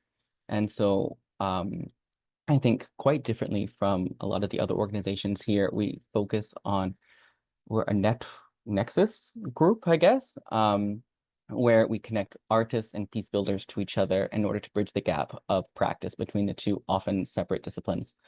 So the questions that drive us at Impact are, how can peacemakers lean more into the transformative power of the arts, but also how artists can more effectively utilize their art to bring more justice and inclusivity within their own communities.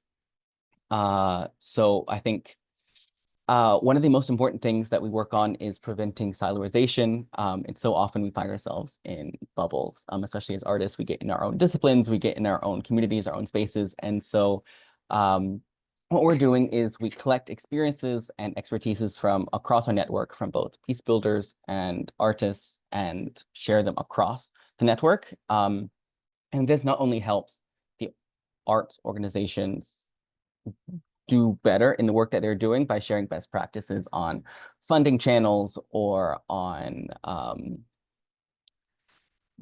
best practices, I guess, right? But it also helps create a blueprint for policymakers and politicians when we're presenting to peace builders and peacemakers why arts are important. Here are all the experiences that people on the ground have. Here are all of the experiences that are impactful. So most recently, we have two kind of flagship projects. First one being Arts for Humanity Autobiography Project, which is, if you've ever seen Humans of New York, a kind of living photo blog of people around the world doing really wonderful peace building work, from community theater in Palestine to film initiatives in Colombia and cross-border work in Cyprus. There's been quite a bunch of initiatives that we've covered. And I think one of the main topics of this project is to get into the nitty-gritty emotional rationale for why people are doing what they do. I think as artists, we never really get to explain to those outside of our really close circle why we're in this field, why it's important, the whole, I think people don't understand the connection between art and social justice a lot. It's still a very niche and emerging field. And so we want to really highlight those connection points. And then finally, and I'll end here quickly because I know we're running out of time, but our Hope Hive project is doing something very similar in terms of connecting artists from one part of the world with what we call thinking partners in other parts of the world. So we have scholars and academics, And together they create or co-create some sort of festival project, some kind of exhibition that they then present at festivals across the world. And so our flagship project is coming soon with the Arts and Human Rights Festival in Serbia. And so we're really excited to kind of soft launch this project soon. I think all in all, if I had to like condense everything, Impact is the oil, I think, in between the arts organizations and Peacebuilding Network, and kind of keeping things running. So yeah, I'll end here for now. Thank you so much. We appreciate your answer, and moving forward, I'd like to pass the microphone to the next panelist, Helen Al-Mustafa, the co-founder of Imagining Peace. And the same question goes to you. How have you utilized the arts with your peace building work? Hello everyone. I'm very glad to be sharing some insights with you today. So I am myself as a heritage specialist and the co-founder of Imagining Peace project. This project promotes cultural initiatives in peace building. I'm not an artist, but the team behind this project is a mix of academic, cultural practitioners, musician, filmmaker, and multidisciplinary artists. And we are all coming from conflict and post-conflict backgrounds. And that's what's brought us together to build up this project. I would like to share with you the heart and the core of our work and how we use and utilize art as a powerful catalyst for peace. Our goal is simple yet very ambitious, is to integrate artistic practice to peace building effort and support communities in reimagining and rebuilding in the conflict time and aftermath, and the conflict, like aftermath of conflict. The Imagining Peace project target artists, cultural practitioners, peace builders, educators, policymakers, and anyone believes in the power of art in changing or in whatever format. The structure of Imagining Peace is built around 4 main aspects or pillars: research and documentation of existing artistic peace building practices, development of open access resource, which is our toolkit, and facilitation of knowledge and exchange insight through residencies, dialogue, and events, and advocacy and policy engagement to elevate the role of culture in art and culture in peace building. Let me walk you through our objectives and the aims in a little bit more detail, but I will be quick. We as a team, we believe that art is not just reflection of society, it's an instrument to shape our surrounding. Our first objective is to highlight and support the use of art in building empathy, dialogue, and resilience. We feature powerful examples from around the world. For instance, like Assyrian musicians digitizing cultural memory, or Kenyan theater collectives facilitating trauma healing. These acts are not just creative, they are transformative. And to equip others with the means to engage in this work, we developed this interactive toolkit. It's filled with case studies, creative methods, and adaptable resources designed to help individuals and organizations to apply artistic approaches to peace building in their own context. This toolkit is accessible, dynamic, and grounded in real world experience. One of our goals also is to build a global community of practices through the digital platform. We brought together artists, educators, peace builders, cultural leaders from different regions and backgrounds. Finally, we also aim to contribute in changing the perception of the role of art and culture in peace building. Often, artistic work is undervalued in conversations about social impact. So we advocate for the arts to be recognized as a legitimate and essential tool for peace alongside education, development, and diplomacy. So to summarize, how do we utilize art in our work in every way we can imagine. We use it to tell stories that are not heard and need to be heard, to contribute in rebuilding what has been broken, and to promote for future that are more just and more compassionate. So yeah, I will stop here now and pass it for our second colleague. Thanks. Thanks a lot. Will we be able to listen from Nasrin? Yeah. Okay.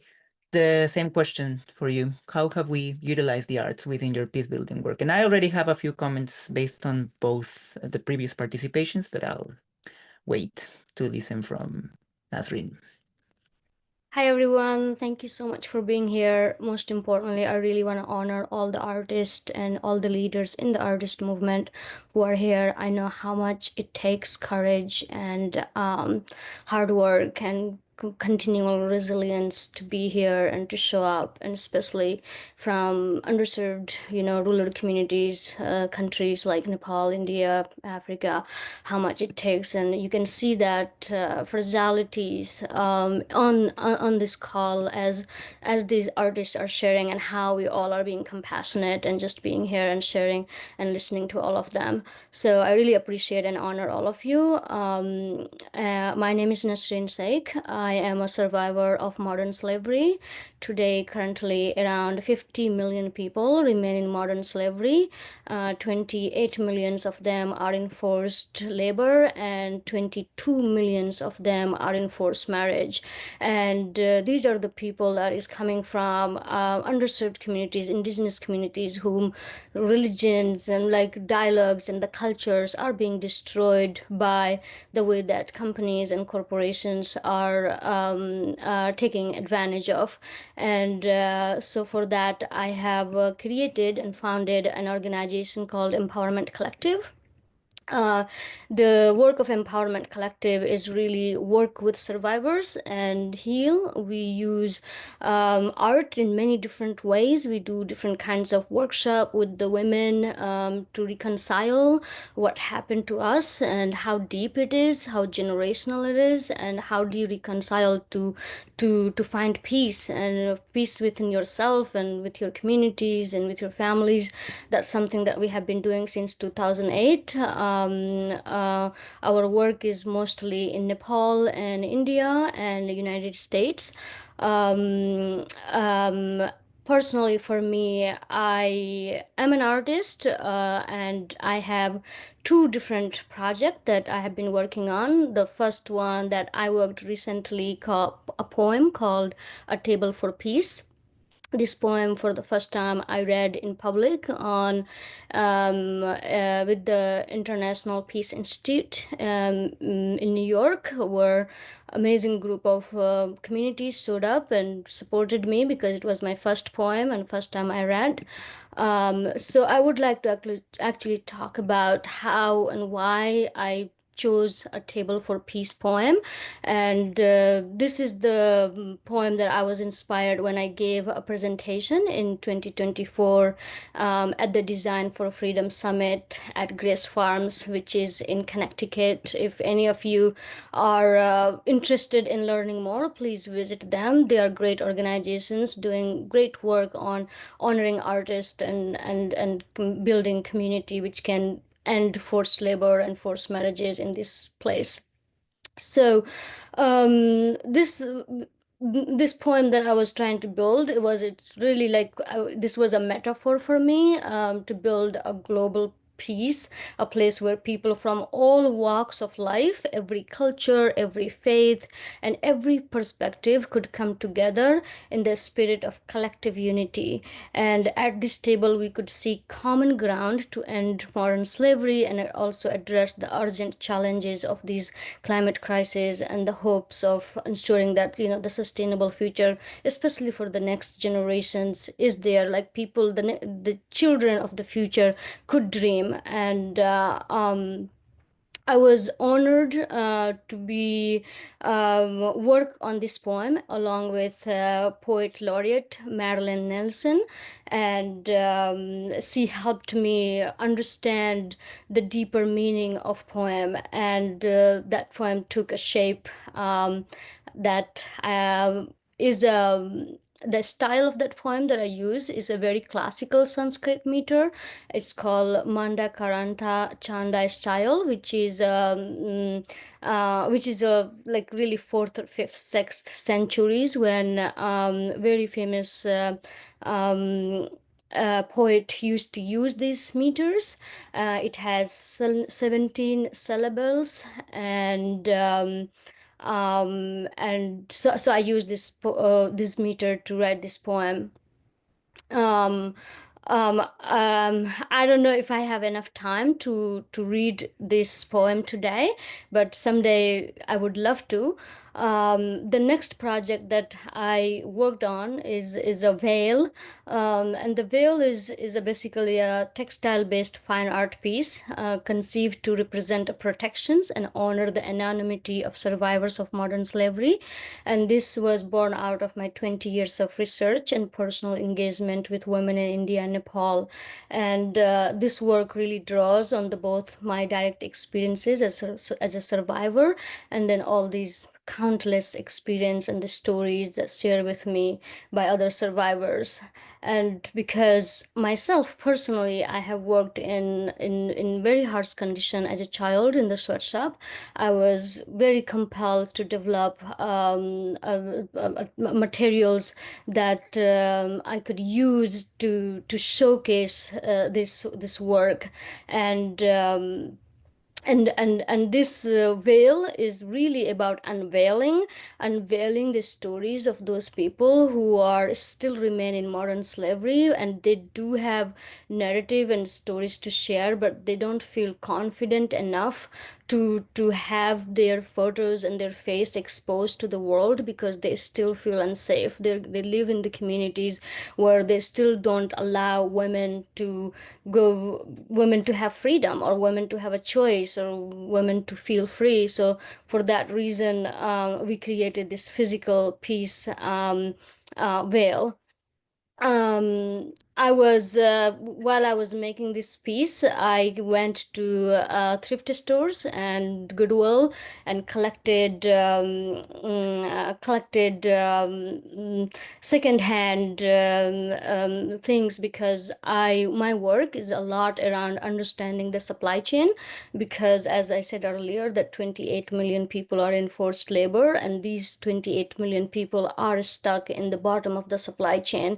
And right now, Empowerment Collective has a Transformative initiative, which is very much survivor-led solution, and it's dedicating to make sure that we bring a circular conversation, circular leadership, person-to-person understanding, and make sure that our voice is heard.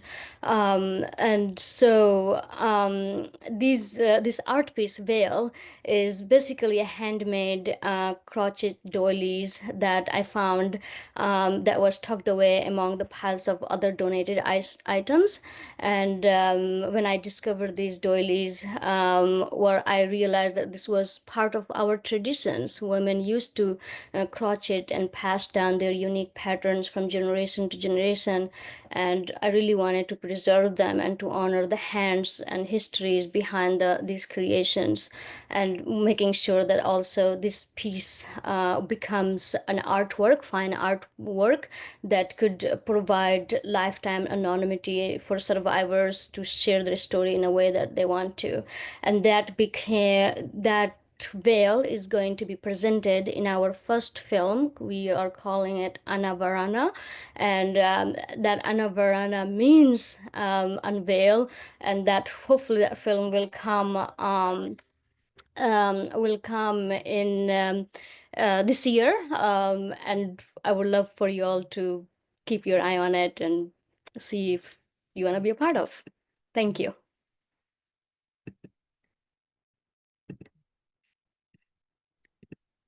Much. And we prepared a second round with 3 questions for each participant. However, I know that we're running late in the agenda, so I'd like to know what to do. We can do our final round, and Nasreen, Okay. we would of course to love to hear your poem. Yes. Great. So the questions that we have is, how can the broader peace building sector harness the transformative power of the arts to foster inclusivity, right? That's the concept that we care about today within their joint work towards building peace. If anyone can tell practical ways that we can envision the arts to helping to transform peace building processes from an individual to a multilateral level, also talking about public policies, right? Convincing different actors to encourage more people to use the arts in order to build peace. And how can these methods help bring in more voices and foster inclusivity in peace building, right? Focusing on vulnerable populations, as Nasreen was describing. So who wants to go first in the same order? Kit first. Sure, wonderful. No, this is a very good question. I think one of the things that first comes to mind is that you can't solve emotional problems with, sorry, you must solve emotional problems with emotional solutions. And I think that, a lot of the drivers of conflict, whether it's fear, distrust, hatred, they're very deeply rooted emotions. And if you dig for like far enough, they're not logical. They're reactionary. They're very emotional. And I think that's where art can come in terms of opening up those emotional experiences, like a lot of my colleagues have already mentioned earlier. And it almost sounds childish, but like to help people deal with these big feelings, because we do deal with these big feelings. And I think that's where I think convincing people within the political sphere is so important. You hear so much that we need more rationality in politics. We need more rationality within the public sector. I would argue that's not necessarily true. I think we need more empathy. I think that's where the arts and culture can act as a bridge between communities, especially at a grassroots level.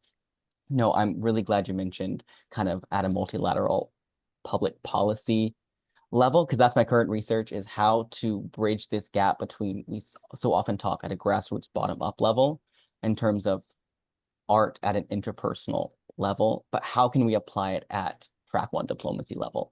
And I don't have the answer to that yet, but I would love if anyone would have an answer. That's quite, I think the next step for us as artists, as peace builders, is how do we convince the people in power that we need to be more creative about the peace building process within actual peace building processes. I think that's just my initial take. But yeah. Nice.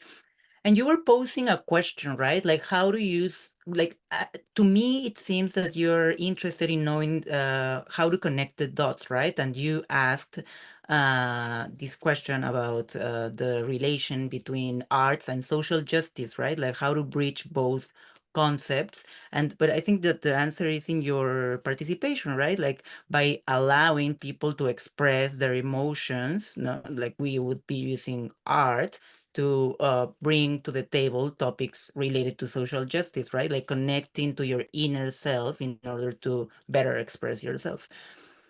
Okay, and well, yeah, then the next participant would be, it would be me. see, Helen, right? Or you wanna, yeah, Helen, please. Someone else would like to jump in? No? You can jump in. Yeah, okay. So I will actually start from so mainly the concept of imagining peace project is to showcase best practices and try to promote not just the good examples, but also what not to do. what is not working also.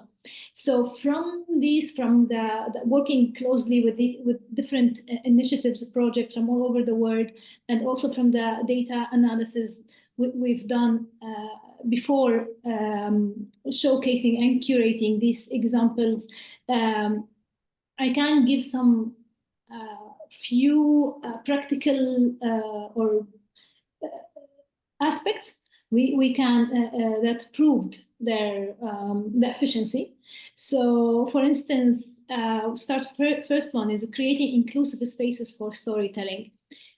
Art gives people, especially those often left out, like women, youth, ethnic minorities, and displaced individuals, a safe and open space to share their stories in their own way. For example, in Syria, there was a project using music, oral history, helped displaced musicians to record their memories of before the war. This helped preserve cultural heritage, processes trauma, and rebuild sense of community. Other example coming from Bosnia, visual arts workshops helped survivors of war time violence express their experiences beyond just words, giving them the power to reshape how their communities understand the past. Other aspect is embedding art in formal peace processes. Art can strengthen official peace efforts by encouraging emotional expressions and helping people understand each other across divides. A good example from Western Balkans was the theater and storytelling were used during community talks about transitional justice. These performances were shared with policymakers, helping connect community feelings with official discussions. Another example could be like an art exhibition that included stories from both survivors and former fighters, created powerful spaces for reflection and supported reconciliation programs. The other pillar I would mention is building cross-sectoral collaborations.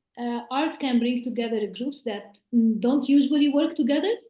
An example from Kenya, a theater residency brought youth activists, government workers, mental health experts, and community elders in one space.